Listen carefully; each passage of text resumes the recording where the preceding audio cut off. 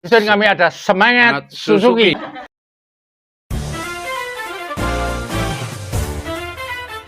Ya, assalamualaikum warahmatullahi wabarakatuh. Waalaikumsalam. Teman-teman, ini kita mengisi waktu luang, kita guyon-guyon sama teman-teman membahas tentang trending topik di Dusun Bendo sekarang ini adalah adanya pemanfaatan sumber daya alam berupa air yang ada di Sendanggong yang saat ini sudah mulai dibangun PAM Simas, yaitu pemanfaatan air minum yang berbasis sanitasi masyarakat.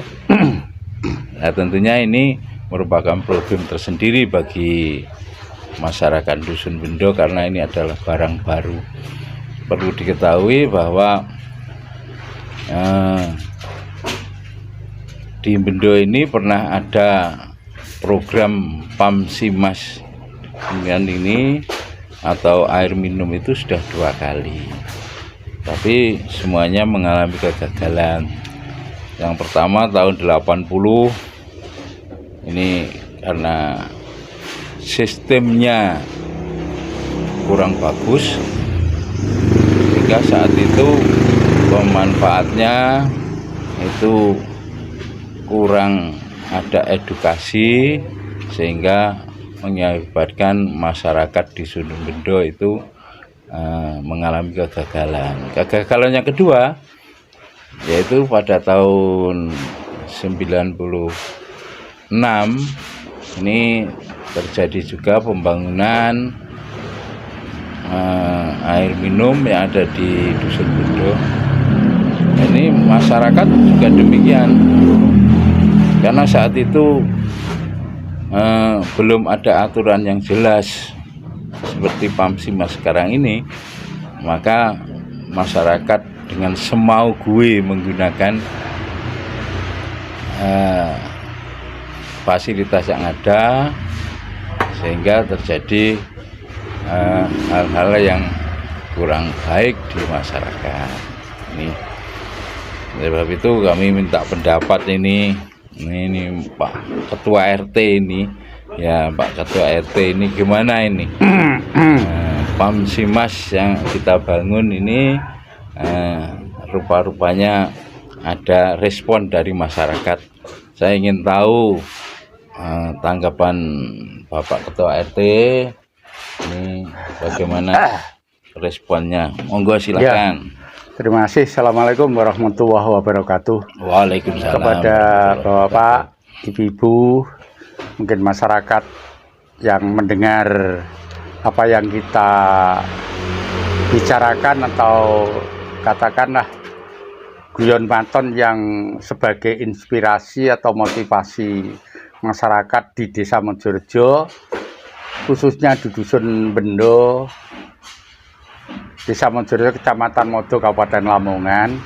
Ini memang saya melihat ada 2 fenomena yang perlu kita dengar bersama, terutama masalah-masalah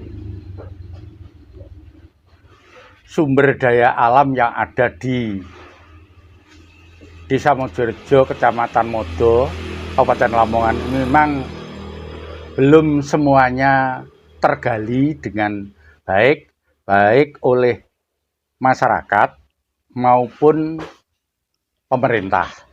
Hanya berapa persen, kalau saya bisa berbicara atau berkata, itu baru akhir-akhir tahun 2021-22 ini, dari sekian tokoh masyarakat, tokoh agama ingin atau bergerak memberikan saran, masukan, usulan kepada masyarakat yang telah direspon oleh pemerintah melalui proyek-proyek, baik itu proyek air bersih maupun proyek-proyek yang lain. Nah, untuk itu menurut hemat saya memang dua fenomena yang ada di masyarakat ini memang perlu juga contoh-contoh yang baik dari pimpinan tokoh setempat. Nah, contoh di desa atau di dusun Bendo ini memang betul apa yang dikatakan oleh Bapak Haji Swoko tadi. Dulu-dulu memang juga ada istilah stimulus dari pemerintah, tapi kenyataannya semua hampir 50% gagal. Lah untuk ini karena dari tokoh-tokoh masyarakat, dari tokoh agama, pemimpin formal, ini ada giat untuk mengajak mereka. Akhirnya mereka juga tergugah dengan semangat. Contoh aja ini pembangunan air bersih. Ada lagi pembangunan waduk atau embung kecil. Ada lagi pembangunan pengaturan air atau drainase. Ada lagi pembangunan jalan yang ada di Desa Mojoro yang belum selesai semua. Ini kenyataannya juga mendapatkan respon dari masyarakat karena ajaan dari para tokoh, pemimpin, dan perangkat desa yang ada. Nah, contoh yang real sudah saya katakan tadi. Adapun yang perlu kita perhatikan dengan adanya stimulus dari pemerintah berupa proyek-proyek, berupa bantuan dan sebagainya, ada hal-hal yang juga kurang pas. Di satu pihak rakyat sudah atau sebagian masyarakat sudah paham bahwa betapa pentingnya penghijauan, pelestarian alam, sumber daya air yang manfaatnya sangat banyak oleh masyarakat. Ini sebagian masyarakat kecil ada yang sengaja istilah dia tidak memahami bahwa hidup pilihannya hanya Norok bontek atau kadang-kadang dia tidak sadar bahwa itu merusak alam.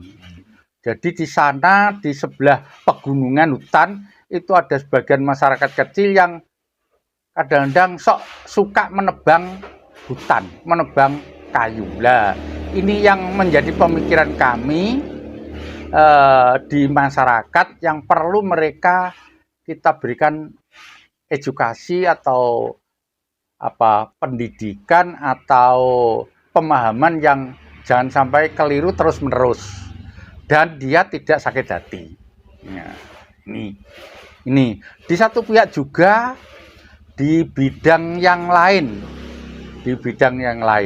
kalau dulu ya 3-4 tahun yang lalu ini generasi kita itu sok-sok masih katakan 50% masih buta agama atau buta kaidah pelajaran-pelajaran agama.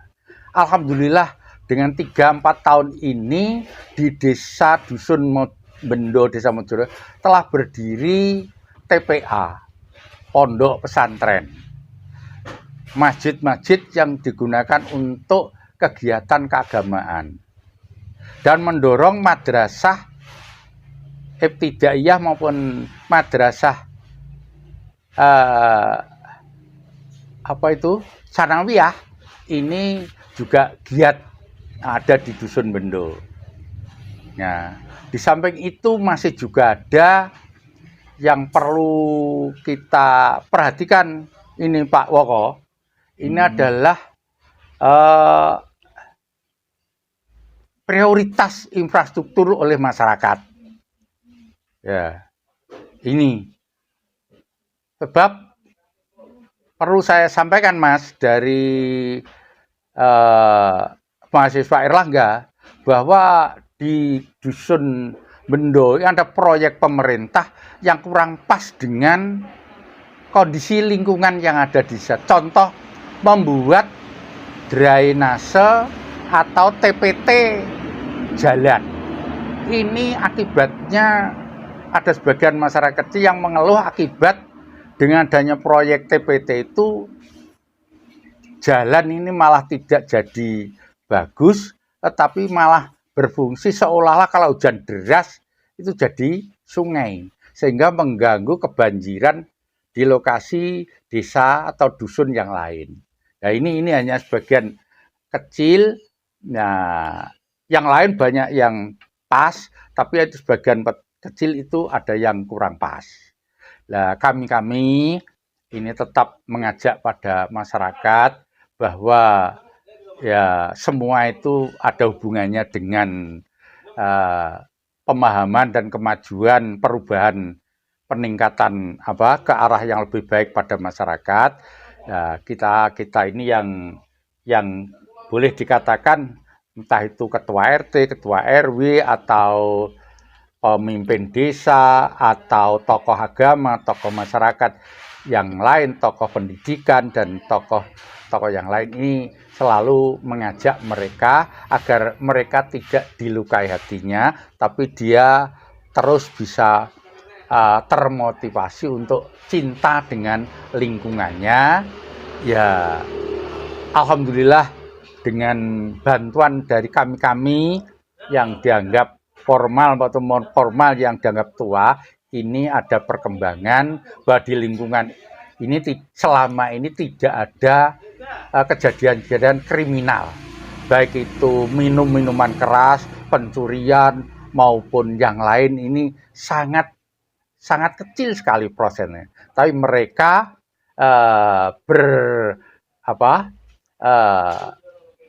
beraktivitas ini menurut profesinya masing-masing, sehingga baik perdagangan yang melalui bantuan UMKM maupun yang mandiri ini sedikit demi sedikit ini ada pertumbuhan dari masing-masing masyarakat atau kelompok keluarga. Ini sementara yang jadi keinginan dan inspirasi kami untuk mengajak mereka untuk mereka itu berbuat ya demi kesejahteraan keluarga maupun kesejahteraan masyarakat dan negara. Nah, ini sementara inspirasi, mungkin masih banyak yang perlu ditambahkan oleh Pak Haji Swoko maupun nanti Pak Suki. Sebab ini juga termasuk orang-orang inspirator. Nah, maka kalau kita mendengar, melihat dan memperhatikan hal-hal yang ada di pedesaan ini, memang banyak sekali problem dan masalah yang perlu kita pecahkan, terutama untuk generasi muda. Terima kasih. Sementara itu nanti kami susul berikutnya memberikan inspirasi yang sehat atau mungkin yang sebagai tambahan saja. Terima kasih. Assalamualaikum warahmatullahi wabarakatuh. Waalaikumsalam. Oke, ini terima kasih Pak Ketua RT. Ini kita bicara tentang sumber daya alam termasuk air, tapi tadi ditambahi dengan sumber daya air juga, cuma hubungannya dengan kerusakan ada yang di jalan. Itu TPT dimaksud itu TPT jalan. Kemudian kenakalan remaja itu juga ada hubungannya dengan air Pak ini. Karena minuman keras itu termasuk juga air ya. Air keras. Atau batu Pak itu yang diminum itu. Ya. Air pahit. Ya. Ini air pahit. Di sini tidak ada produksi atau masuk air pahit. Terima kasih ini Pak Ketua RT kita ini. Kita tampilkan tokoh kita ini satu, yaitu Pak Suki. Ini dulu adalah ketua PAM, Ketua PAM Pak Suki HIPAM. dulu ya, HIPAM berada saat itu. Himpunan Ya, tolong Pak diceritakan Pengelola dulu gimana dan ini Pengguna PAM Air yang ada di Minum. Bendo ini. Monggo Pak Suki. Sing banter aja Pak kaya Pak Ridwan. Seneng ini. Assalamualaikum warahmatullahi wabarakatuh. Waalaikumsalam. Dalam pertemuan siang hari ini kita berkumpul untuk menyampaikan inspirasi atau pendapat mengenai lingkungan yang ada di sekitar kita, khususnya di Dusun Bendo. Tadi yang dibahas adalah masalah sumber air yang berada di Dusun Bendo.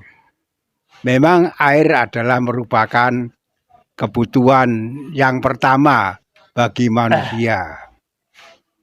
Oleh sebab itu manusia dimanapun berada itu adalah zaman dulu kalau kita lihat banyak yang berdomisili atau mencari tempat tinggal yang dekat dengan sumber air. Oleh sebab itu karena di Dusun Bendo ini masalah air tanah ini potensial sekali. Ya. Jadi banyak air tanah terbukti. Mengapa di Dusun Bendo ini banyak air tanahnya terbukti banyaknya sumber-sumber air. Kalau di sini dinamakan sendang. Ya. Jadi satu lubangan yang di situ keluar air dari dalam tanah. Itu namanya Sendang. sendang. Adapun sendang yang ada di Dusun Bendo ini banyak, yang paling utara itu namanya sendang Lawang. Lawang, kemudian ke selatan sedikit Soko. sendang Soko, ke selatan lagi ada sendang Kali Sumur. Jadi di kali itu ada sumurnya, dikatakan sendang Kali Sumur yang mengeluarkan sumber air juga. Sendang Taman. Kemudian sendang Taman, Sendang Gong. ke selatan lagi ada sendang Peteng. Karena rumbun sekali banyak salaknya, mungkin orang mengatakan sendang Peteng. Sendang Baru Gong. di atas lagi Sendang Gong. sendang Gong yang besar sumbernya. Sendang Kemudian ke selatan lagi ada sendang Penganten. Itu satu jalur, satu dusun. sungai. Dusun. Jadi aliran itu sebelum dikelola menjadi air bersih, airnya itu mengalir dalam satu aliran sungai yang menuju ke sawah dan dibuat untuk mengelola lahan pertanian. Karena demi kemajuan negara kita, mungkin ada subsidi dari pemerintah, kemudian dibangunlah sumber air yang terbesar yaitu Sendang Gong ini, dikelola menjadi sebagian untuk pengairan sawah, sebagian airnya digunakan untuk kebutuhan masyarakat menjadi air bersih, air untuk mandi, cuci, dan sebagainya. Dalam pengelolaan pertama, memang baru pertama ini dikelola air Sendang Gong untuk dikonsumsi pada masyarakat dengan cara hanya mengalirkan. Jadi aliran itu tidak dinaikkan ke toren, hanya karena ketinggian gravitasi antara yang sebelah selatan dengan sini ini adalah tingginya tidak sama jauh. Sini rendah, yang sebelah sana itu tinggi, sehingga air itu hanya dialirkan melalui pipa. Pada tahun 80-an mendapat proyek dari pemerintah dan kebetulan saya ditunjuk sebagai pengelola, ketua himpunan pemakai air minum, pada waktu namanya HIPAM. Dalam pengelolaan ini banyak kendala yang saya alami karena air ini katanya dingin tapi itu panas sebenarnya. Saya pernah jadi ketua itu dibawakan celurit oleh orang ideologi sana karena yang bawah tidak uman, tidak kebagian, yang atas itu sama menghalang-halangi ya. Ini pipanya itu digeraji, diberi penghambat sehingga airnya itu bisa besar. Yang sana itu adalah kelabaan terus ke tempat saya. Selamat ketuanya dan Ya. celurit, Mas. Sehingga saya ini bersabar hati menghadapi permasalahan itu. Karena saya berpedoman air itu dingin, tapi sebenarnya itu adalah panas. Kalau ditanggapi sama-sama panasnya. Ya saya jangan tertawa saja. Karena orang yang datang ke saya itu lebih tua daripada saya. Akhirnya karena dengan guyon, dengan banyak saya beritahu, akhirnya dia itu menyadari. Dengan pengelolaan itu saya sendiri optimis untuk berhasil. Karena apa? Karena tidak merata. Karena hanya saluran itu tidak merata. Jadi yang tempatnya tinggi jelas tidak bisa dialiri. Yang rendah ini bisa. Jadi pemerataan air Kurang. pemakaiannya pada waktu itu tidak merata. Yang human ya bisa merasakan air yang banyak, yang Tidak lainnya kebagian. ini bagian tidak bisa merasakan. Eh, Saling memotong pipa itu karena aturannya Pemdanya corono peraturan desanya perdesnya itu tidak ada. Jadi saya selaku ketua itu akan bertindak tidak berdasarkan hukumnya. Tidak ada dasar hukumnya. Ketua HIPAM nggak mau disuap itu. Jadi cara melakukan rane payung hukumnya. Saya akan melarang harus gini, harus gini. Pada waktu itu istilahnya apa? Perdes.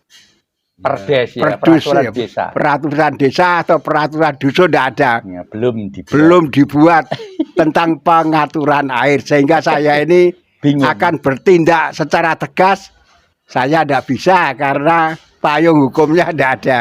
Kalau sekarang ada. Sehingga hanya berjalan mungkin pada tahun 80 itu sekitar hanya 3 tahun. Ya. Ya pertama ya ditarik. Ada meterannya juga. Tapi karena yang sana mati, yang sana berlebihan. Ya itu ada yang berlebihan, ada yang kerannya tidak kena salurannya karena sudah dibendung di atas itu dengan kemauan sendiri. Nah, akhirnya gagal. Padahal pemerintah itu sudah menyediakan dana karena ini besi semuanya bukan paralon pada waktu itu. Pipanya itu pakai besi. Di dalam Ini jalan parit ini. sebenarnya sumber airnya besar. Memang pengelolaannya saja yang masih kurang sehingga saya juga selaku ketua HIPAM-nya itu menyadari karena tidak meratanya air itu loh ya. Nah, tidak meratanya air itu karena airnya itu tidak dinaikkan ke toren, tidak dinaikkan ke atas. Sehingga tidak merata. Kos Surabaya. Oleh sebab itu, Teman pedagang bakso. ini perlu saya sampaikan. Wawancara Kemudian khusus. ada proyek yang kedua. Ini pun gagal. Tapi yang proyek ketiga ini karena air dari Sendanggong itu sudah dinaikkan ke atas, yaitu pakai toren yang tingginya itu sudah Masuk TV. merata, dapat memenuhi semua yang ada di Pasar Bendo ini, baik itu yang bertempat di dataran yang tinggi maupun rendah, semuanya bisa terjangkau. Dan masyarakat dengan adanya edukasi dari para tokoh dan pemimpin-pemimpinnya selalu memberikan yaitu arahan-arahan tentang air ini mungkin sudah agak menyadari. Jadi kalau air dinaikkan jelas ada biaya listrik dan sebagainya. Ini sudah mulai menyadari bahwa air yang mengalir itu perlu biaya. Oleh sebab itu masyarakat sekarang ini saya lihat ini sudah menyadari kalau tiap bulan bayar berapa kebutuhannya ini. Dan mudah-mudahan air yang dikelola oleh apa nih Pak namanya? Pamsimas. Pamsimas itu singkatan dari ini ketuanya.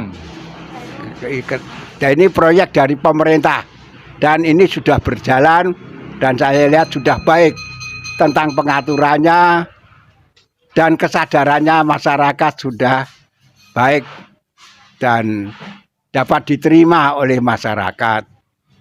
Demikian yang dapat kami sampaikan. Kami akhiri, wassalamualaikum warahmatullahi wabarakatuh. Waalaikumsalam. Ini terima kasih tokoh kita yang dulu sebagai ketua HIPAM, Himpunan Pemakai Air Minum di Dusun Bendo tahun 80-an, telah menceritakan tentang segala sesuatu tentang hubungannya dengan Sumber proyek daya air alam. minum yang ada di dusun tercinta ini. Saudara-saudara, Bapak, Ibu-ibu yang saya hormati, bisa kami simpulkan bahwa yang pertama tentunya sumber daya alam ini harus kita jaga kelestariannya. Dengan menjaga kelestarian alam ini, maka apa yang dianugerahkan oleh Allah Tuhan Yang Maha Esa itu akan lestari, paling tidak bisa dimanfaatkan sebanyak-banyaknya. Yang kedua, problematik bangsa ini adalah sumber daya manusia, karena bagaimanapun juga sumber daya manusia ini kalau kita tidak kelola dengan sebaik-baiknya, maka yang ada ego pribadi maupun ego kelompok itu yang lebih menonjol. Sebab itu edukasi kepada masyarakat, sosialisasi kepada masyarakat, penjelasan kepada masyarakat itu adalah sangat kita perlukan dalam segala objek atau proyek yang ada di negara tercinta ini.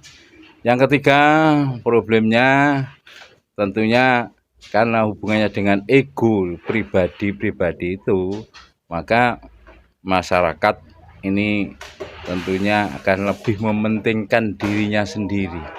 Ya, kepentingan diri sendiri ini lebih menonjol kalau dibandingkan dengan kepentingan yang lain. Nah, itulah ada 3 hal yang menjadi rekomendasi kami dalam hal ini. Saya dan teman-teman Pak RT, Pak tokoh masyarakat ini mengucapkan terima kasih dan saya akhiri. Wassalamualaikum warahmatullahi wabarakatuh. Ada yang perlu saya tambahkan, Pak Haji Woko. Ini ada tambahan. Ya, memang tadi sudah saya katakan di depan pada tokoh-tokoh masyarakat, memang informasi dan komunikasi kepada masyarakat selain edukasi, ajakan, pertemuan, silaturahim, ini komunikasi atau pendekatan baik itu secara pribadi atau secara kelompok, ini memang setelah saya laksanakan, saya pelajari, lalu saya buat pelajaran bahwa komunikasi kepada masyarakat ini penting. Karena apa? Ternyata asalnya itu salah paham, gagal paham. Setelah ada komunikasi yang baik, dijelaskan, diberikan satu istilahnya ngelungguh nih cara Jawa nih.